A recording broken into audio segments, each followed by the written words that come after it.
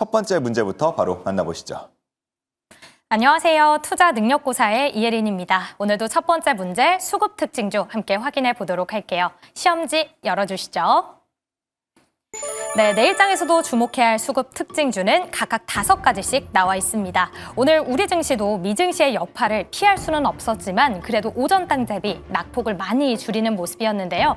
과연 오늘 메이저 수급은 어떤 종목을 담으면서 이번 주를 시작하고 있을까요? 먼저 기관의 순매수부터 확인해 보도록 하겠습니다. 먼저 1번은 삼성바이오로직스 나와 있습니다. 계속해서 연내 미국의 생물보안법 통과에 대한 기대감 계속 받아가고 있는데요. 오늘도 장중 8% 넘게 급등하면서 지난 거래 재개 당일 큰 폭으로 하락했던 낙폭 하루 만에 줄여내는 모습이었습니다. 4.73% 상승으로 마무리가 된 모습이었고요. 다음 종목은 현대모비스입니다. 계속해서 로봇 액추에이터 사업 확대에 대한 기대감 받아가고 있습니다. 특히 현재 보스턴 다이나믹스와 액추에이터 무려 31개 종목을 개발하고 있다고 하는데요. 2027년 안에 양산이 또 기대되고 있기 때문에 실적 측면도 가파르게 기대감 올라가고 있습니다. 이어서 2차 전지 안에서는 포스코 퓨처엠이 꼽히고 있습니다. 최근에 미국과 유럽에서 탈중국화의 움직임 계속해서 빨라지고 있는데요. 특히 미국의 경우에는 내년부터 중국산 ESS 제품 고율 관세를 매긴다고 합니다. 이에 대한 수혜 기대되고 있고요. 주가 역시도 연일 빨간불 켜지고 있습니다. 이어서 다음 종목은 하이브가 올라와 있습니다. 오늘 오후에 갑작스럽게 강한 상승이 나왔는데요.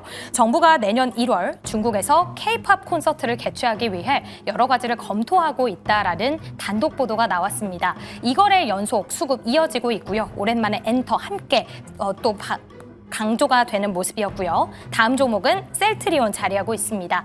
역시 CDMO에 대한 모멘텀 받아가고 있고요. 면역 치료제에 대해서는 미국에서 처방약 급여 관리 업체에 등재가 됐다고 합니다. 내년에도 실적 가속화될 걸로 또 기대 받아가고 있는 모습입니다. 이어서는 외국인의 매수 확인해 보도록 할게요. 1번은 원익홀딩스입니다. 반도체 랠리 때는 반도체로 오르더니 최근에는 로봇으로 강한 수급 이어지고 있습니다.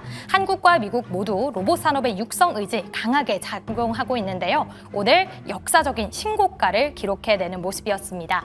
다음 종목은 SK하이닉스 자리하고 있습니다.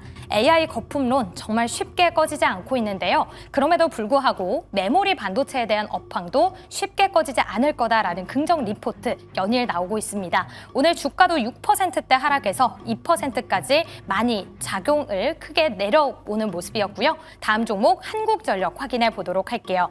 오늘 제주에서 국내 최대 규모 해상풍력단지를 준공했다라는 소식 전해졌습니다. 원전 종목들은 미끄러졌지만 오늘 신재생 모멘텀 받아가면서 상승하는 모습이었고요. 또 수급 자체도 2거래일 연속 이어지고 있습니다. 다음 종목은 카카오 자리하고 있습니다. 이제 드디어 이번 주 안으로 카카오톡 친구 탭이 다시 복구가 될 예정인데요. 그동안 8월부터 5만 원대에서 박스권 이어지는데 이 박스권 깰 수 있을지 주목받고 있습니다. 마지막 종목은 기아 자동차주가 자리하고 있습니다. 지난 11월 미국에서 자동차 판매량 역대 최대치를 기록했다고 하는데 여기서 그치는 게 아니라 내년에도 수출과 판매량 모두 최고치를 이어갈 수 있을 걸로 기대되고 있습니다. 실적 측면에서도 계속 주목받고 있는데요. 내일장 어떤 종목을 받아가면 좋을까요? 두 분의 보드를 통해 확인해 보도록 할게요. 그럼 첫 번째 주식 남녀의 선택 보드를 들어주시죠. 자, 이렇게 오늘 장에서 매수가 들어온 기관과 외국인의 관심 종목들을 알아봤습니다. 자, 여러 가지 이름들이 있었는데 과연 이 중에서 두 분은 어떤 쪽에 주목을 하고 계신지 보드를 확인해 보도록 하겠습니다. 자, 삼성바이오로직스 그리고 셀트리온, 제약바이오 쪽에서 두 종목의 이름이 다 나왔는데 자, 먼저 삼성바이오로직스부터 알아보겠습니다. 저희가 지난주 방송에 물론 두 분과는 아니지만 그 얘기를 많이 했거든요. 삼성바이오로직스가 좋냐? 삼성에피스홀딩스가 낫냐?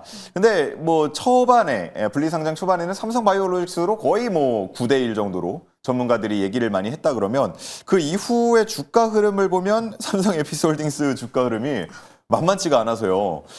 그 비교 분석을 좀 해주시면 좋을 것 같아요. 네, 저는 여전히 삼성바이오로직스가 더 좋다 생각을 하고 있고 CDMO 측면에서도 그리고 이번에 법안 통과에 대한 기대감까지 더불어서 모멘텀적인 측면에서도 매력도가 여전히 높다라고 생각을 하고 있습니다.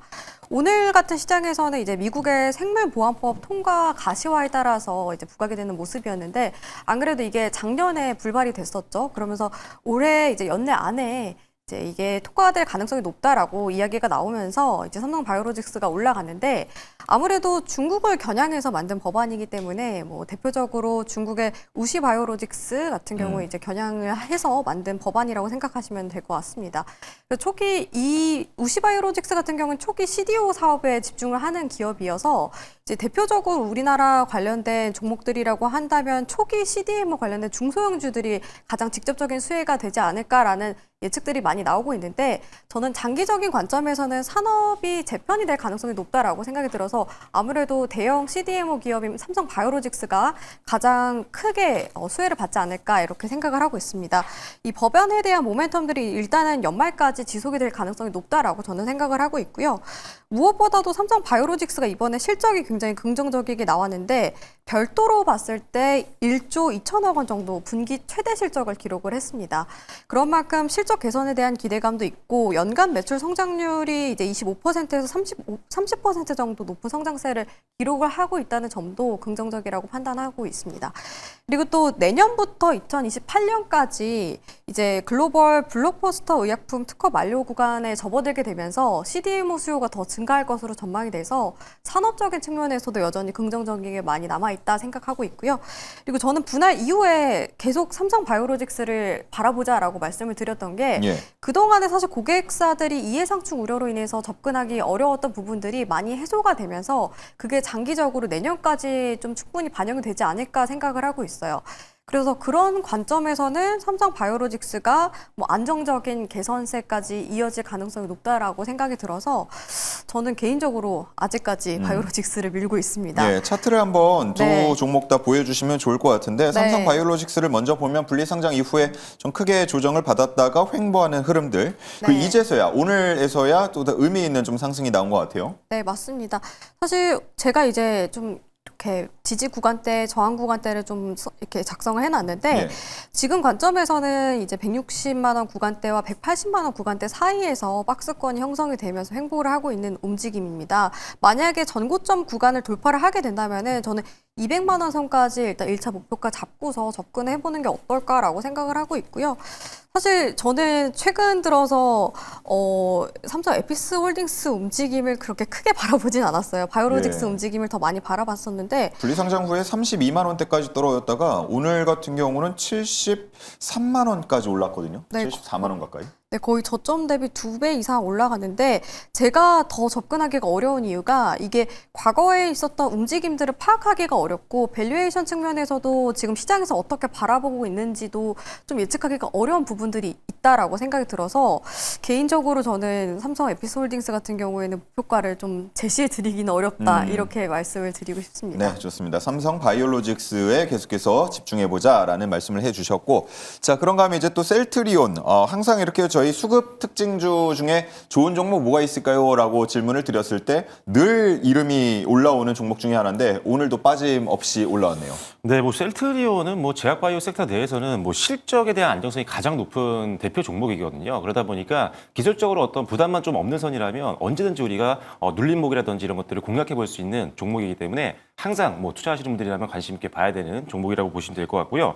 특히나 이 회사가 이제 램시마 있으시죠? 미국명으로는 진펜트라인데 이게 지금 뭐 유럽이라든지 미국 시장에서 안정적으로 지금 처방이 증가를 하면서 실적을 뽑아내고 있는 그런 상황이라고 보시면 될 것 같습니다. 그래서 이 진펜트라가 조금 최근에 기대치보다는 조금 성장률이 더뎌지는 모습들은 보이고 있지만 그래도 굉장히 안정적으로 실적을 만들어내고 있는 게 진펜트라다라고 보시면 될 것 같고요. 기대치에 못 미치는 진펜트라의 성장 때문에 좀 걱정하시는 분들이라면 신제품에 대한 효과를 기대해 보시면 좋을 것 같습니다. 이 회사가 지금 유플라이마라든지 스테키마와 같은 이런 신규 바이오 시밀러 제품들이 상당히 강하게 이 성장하고 있는 모습들이 확인이 되고 있어서 진펜트라의 조금 성장률이 둔화되는 부분들을 충분히 이 신제품들이 상쇄를 시켜주고 있는 상황이다. 그래서 전반적으로 실적이 올라가고 있는 상황이니까요. 역시나 뭐 기대감은 계속 남아있다라고 보시면 될 것 같고요. 그리고 4분기 때 이제 실적을 보시면은 영업이익 같은 경우는 전년 동기 대비해서 한 124% 정도 증가할 걸로 보고 있는 상황이고 기존 제품들도 안정적인 실적을 내고 있지만 좀 전에 말씀드린 것처럼 신제품 효과가 더해지면서 역시나 역대 최대 실적을 올해도 기대해 볼 수 있는 상황입니다. 재무 요약본 보시면 아시겠지만 작년에 연결 기준으로 봤을 때 영업이익이 5천억이 조금 안 됐었거든요. 근데 올해 같은 경우는 전체적으로 1조를 돌파할 것으로 예상하고 있는 상황이고 당기순이익도 작년에 이제 4천억 원대 초반이었는데 올해 같은 경우는 8천억 원대 중반까지 바라보면서 결국 작년 대비했을 때 순이익도 그리고 영업이익도 2배 이상 급증하는 구간이기 때문에 역대 최고 실적을 바라보는 순간에서는 과거 고점까지 충분히 우리가 중장기로도 베팅을 해볼 수 있는 그런 종목이다라고 보시면 될 것 같습니다. 그리고 이제 신약 포트폴리오에 대한 기대감이 좀 있는데요. 머스트 바이오라는 회사랑 지금 이중 항체, 면역 항암제 관련된 후보물질 기술 도입 계약을 체결을 했었고요. 그다음에 추가적으로는 카이진과도 자가 면역 질환 치료제 관련된 기술 이전을 성공을 하면서 이런 파이프라인에 대한 기대감도 높아지고 있다는 점도 주가에는 긍정적인 영향을 줄 수 있다. 그리고 앞서도 언급이 됐었지만 일단은 이 국방수거법에 생물보안법이 포함이 된 상태인데 지금 이제 상원과 하원 둘 중에 하나는 이미 통과가 됐고요. 이제 하나가 통과되고 나서 대통령 서명만 하면 이제 끝나는 상황이거든요. 그래서 이게 된다라고 하면 최근에 이제 미국에 있는 공장을 인수했던 셀트리온 같은 경우도 반사이익을 볼 수 있는 부분들이 있어서 이 생물보안법 관련된 수혜주로서도 부각이 될 수 있는 종목이다라고 보시면 될 것 같습니다. 그래서 차트 보시면 일단은 과거 고점이죠. 전 고점이 한 20만 원 정도까지는 열려 있으니까요. 짧게는 20만 원, 길게는 저는 25만 원 그 이상까지도 바라보고 있는 종목이니까요. 목표가는 단기냐, 중장기냐에 따라서 20만 원 또는 25만 원 정도로 보시면 좋을 것 같습니다. 네, 길게 보면 어쨌든 뭔가 계단을 밟아 올라가는 것처럼 차근차근 올라가고 있긴 한데 그 계단의 폭이 워낙 넓어서 기다리시는 분들 입장에서는 조금 힘들 수도 있겠다라는 생각이 듭니다. 한 달 전에 20만 원을 돌파하는 흐름 나타났을 때 이 기세가 조금 더 이어지지 않을까 하는 기대도 있었습니다만 다시 18만 원대까지 밀리면서 현재 횡보하고 있는 흐름. 하지만 계속해서 주목을 해보자. 20만 원 단기 목표가 그리고 조금 더 가서 25만 원까지도 바라볼 수 있다라고 말씀을 해주셨습니다.